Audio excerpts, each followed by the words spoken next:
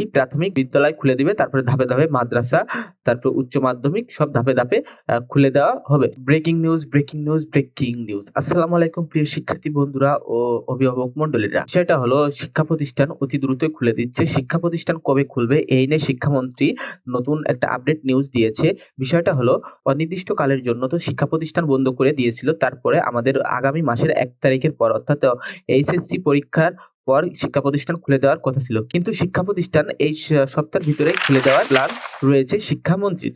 যাই হোক 28 তারিখে 28 জুলাই আজকের প্রতিবেদনে দেখো, এই প্রতিবেদনে বলেছে প্রাথমিক বিদ্যালয় খোলার বিষয়ে যে সিদ্ধান্ত জানালো মন্ত্রণালয়। ওকে, সর্বপ্রথম আমাদের কি প্রাথমিক বিদ্যালয় খুলে দিবে, তারপরে ধাপে ধাপে মাদ্রাসা, তারপর উচ্চ মাধ্যমিক সব ধাপে ধাপে খুলে দেওয়া হবে। সর্বপ্রথম কিন্তু খুলবে প্রাথমিক বিশ্ববিদ্যালয়। ওকে, এই নিউজটা দেখো তোমরা ভালো করে, 28 জুলাই 2024। ওকে, দেখো আমরা যদি স্ক্রল করে নিচের দিকে যাই, যেখানে বলা হয়েছে রোববার 28 জুলাই অর্থাৎ আজকে এ নিয়ে বৈঠক রয়েছে জানিয়েছিলেন প্রাথমিক ও গণশিক্ষা মন্ত্রণালয়ের সচিব ফরিদ আহমদ। তবে সে বৈঠক আজ হচ্ছে না, বরং সোমবার 29 জুলাই মন্ত্রিসভা বৈঠকের পর প্রাথমিক বিশ্ববিদ্যালয় কবে খোলা হবে অর্থাৎ কাল বৈঠকে বসবেন প্রাথমিক ও গণশিক্ষা মন্ত্রণালয়ের ফরিদ আহমেদ স্যার।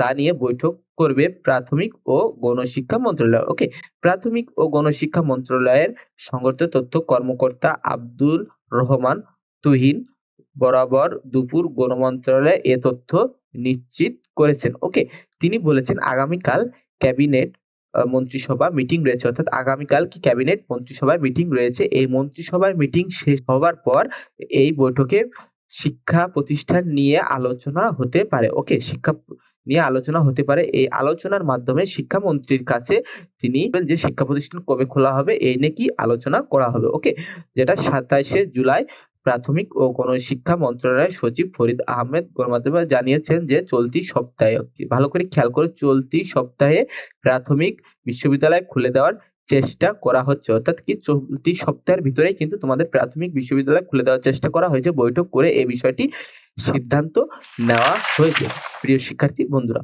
ওকে, তাহলে তোমরা জানতে পারছো যে তোমাদের শিক্ষা প্রতিষ্ঠান খুলে দেওয়া হবে কি চলতি সপ্তাহের ভিতরে। এইভাবে ধাপে ধাপে প্রথমে প্রাথমিক বিশ্ববিদ্যালয়, তারপর উচ্চ মাধ্যমিক, মাধ্যমিক সব ধাপে ধাপে কিন্তু শিক্ষা প্রতিষ্ঠান খুলে দেওয়া হবে।